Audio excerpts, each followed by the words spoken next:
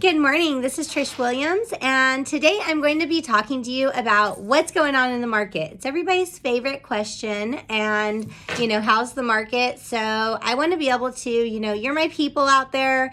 I want to be able to provide you some resources, some information, and definitely keep you in the loop on what's going on. So I'm committing to doing these videos or these updates a little more often.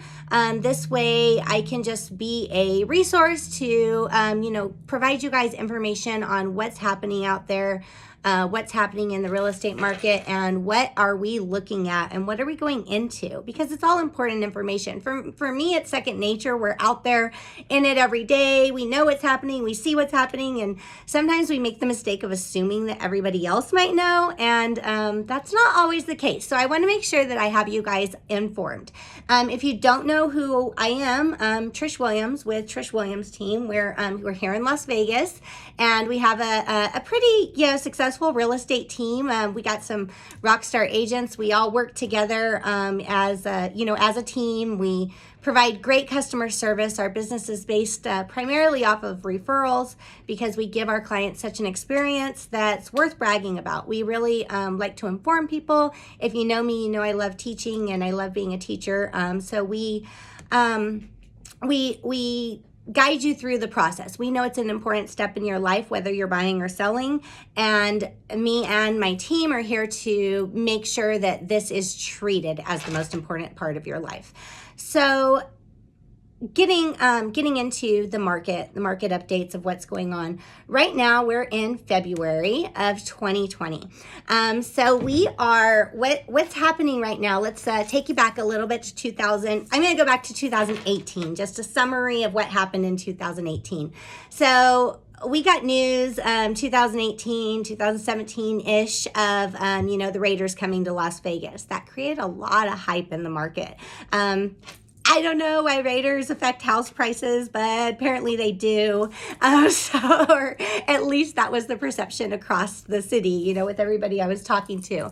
So there was a lot of hype going on. The buyers were wanting to hurry up and buy because they seen, future increases in prices and things going on, and they wanted to make sure to lock themselves into a home before prices started spiking too much. At the same time, in 2018, sellers were kind of waiting. They were waiting to see what would happen. They were saying, well, prices might go higher once the Raiders are here. We're not quite ready to sell yet. So what happened in 2018 was low inventory. Low inventory actually resulted in faster sales, higher prices. There were more buyers in the market than there were sellers. Homes were flying off the shelves. We were getting multiple offers on almost anything listed, and multiple offers. Prices were going higher. Buyers were paying over appraisal. It was kind of crazy. There was a lot of madness. That's one of the things that low inventory does. It creates a lot of urgency and things start moving fast. Towards the end of 2018, we had a spike in interest rates. That spike in interest rates caused buyers to back off a little bit. They were like, wait. Those interest rates obviously affect your payment, sometimes even more than prices do, where you end up getting less home for, the same amount of monthly payment. So it has a huge effect. Once interest rates spiked, buyers backed off a little bit, and then sellers were like, hey, no, I don't want to miss it. Let me go list this house. I want to list this house. I want to get sold before I miss out on those good prices. So tons of sellers listed the house. What we've seen throughout 2019 was high inventory. Inventory was going up throughout 2019. There was even a point in 2019 where we had 8,400 homes on the market. So things got, inventory really spiked. Buyers slowed down. So what ended up going on in the market then was we had a lot of buyers that were window shopping, super picky and crazy about about making sure that they're getting the best deal, because there was a lot of homes to choose from. You had a lot of options as a buyer, which isn't a bad thing. That's not a bad thing at all. Now, one thing that I heard a lot of in 2019 where buyers were saying, well, is the market going to crash? I might not want to buy now because I think that there's going to be a crash. However, The numbers were showing us in 2019 that even though sales had slowed down, and it was, of course, always important. The main factors in selling in any market is make sure you're priced right, your home's showing well, it's in decent condition. Those are all things that are going to matter no matter what market you're in. But in 2019, even when sales slowed down, there was a lot of inventory, there was a lot to choose from, the median price range actually was increasing, which means homes weren't selling like in 5 minutes, yet when they were selling at very decent and stable prices. And to me, I didn't see that as a cause for concern of the market downturning, because it just wouldn't make sense. If the market was going down, the median price range would decrease as well, and it wasn't.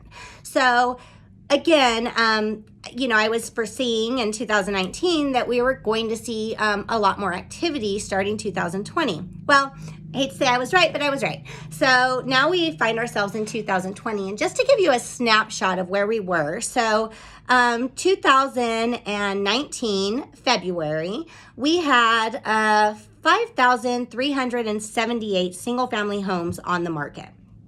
Here we are in, these are January's numbers because February's haven't been released yet, but January 2020, we're at 3,779 houses, single-family residences on the market. So a substantial decrease in inventory. So we're starting to really see inventory drop. And seeing inventory drop, we're seeing more multiple offers. Of course, there's more buyers than sellers in the market. Now, there's things that are also going to have a huge impact on our market right now. There's certain zip codes. We have this HOPE program that's released. They're giving up to $20,000, 10% down payment assistance grant program going on, and it's specifically in certain zip codes. We're going to see some crazy activity there because there's enough funding for, they're saying approximately 750 to 900 buyers for these homes. And I don't know if there's 750 to 900 homes on the market that are in those zip codes. So we're going to see some crazy activity there. That program's probably going to run out in about a month or two, just estimating. So that's definitely going to cause a lot of commotion and kind of drain inventory in those zip codes. But the rest of the city is doing very well as well.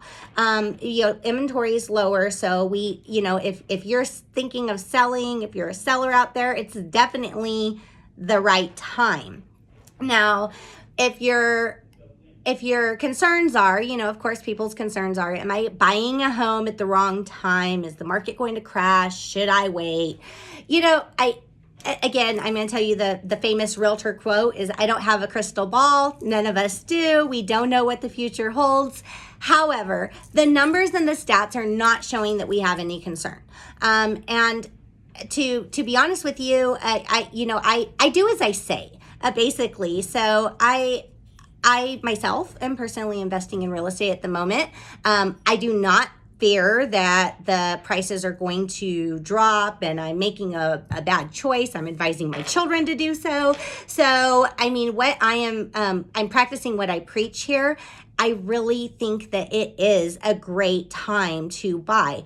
I don't know for sure if prices are going to be going up or they're going to be going down, but I know that they're good right now. And the fear is, if you guys were around Vegas during the crash, that was awful. That was scary. And a lot of people are fearing that that's going to come back. They're going to make a bad decision at the wrong time. However, there's a few things that you really should keep in mind when you're thinking about that. For one, there was a global economy crash at the time. It wasn't just happening here in Vegas. And there was, the last time we seen something of that tremendous of an impact overall was in the Great Depression of the 1930s. That's not really the type of, real estate markets are going to ebb and flow. They're going to be up, they're going to be down, they're going to, do things like that, but not that tremendously, not that substantial. We don't see things like that every 10 years. So the chances of that happening are very slim. I don't I personally do not believe that we're going to see that in this lifetime, or at least my lifetime. Maybe you younger people might, later on something might happen, but I don't think that we're going to see that in this lifetime. That another crash of that high of an impact. Another thing to keep in mind. So I'm a Vegas local, born and raised here. I've been here my whole life and seen, so many changes, just so many things happen in this city, so many changes that affected, that have affected the city, so many things growing. And when you take yourself back, like rewind the clock back to, 2000, let's go back to 2007.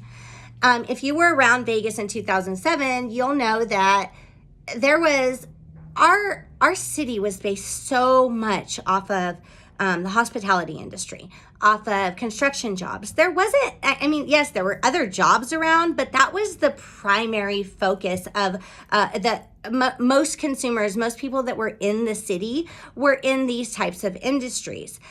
I personally don't believe at that time that we could have sustained too much more of a boom than where we were at. I just don't think that the income levels of the people that lived in Las Vegas would have been able to support prices higher than where they had reached. And though, if we didn't have a global economy meltdown, if we didn't have predatory lending and all those other factors that played into it, I still don't think that we would have been able to make it to that next level of prices. I don't think that we would have been able to have the increases. However, what's going on in Vegas now is insane. It's a game changer. We are no longer just this little casino city out in the middle of, at the middle of the desert. We are no longer, there are so many industries that are here in Vegas now, so many places that have come here, not just the professional sports teams, because, everybody knows the Raiders are making the prices go higher, whatever that whole theory is. But not only that, we have, UNLV is working towards becoming an elite college. That's going to bring in so much more to the city. We have so many more, technology companies that are here now. There's so many industries that are coming into Vegas. Vegas is not just a casino city, though that's our landmark, I guess, if you would say. It's still there. It's always going to be there. Vegas is still the place to come. It's still the place to visit. But if you were around here, even in when 9/11 happened, that happened all the way in New York, and it was devastating to everybody. It was a horrible thing that happened. Yet, because it affected travel at the time, Vegas took a hard hit. If you were around here during that time, you would see that, a lot of people were getting less hours at work. It was really, our local economy was really struggling through that. Even construction jobs were impacted during that time.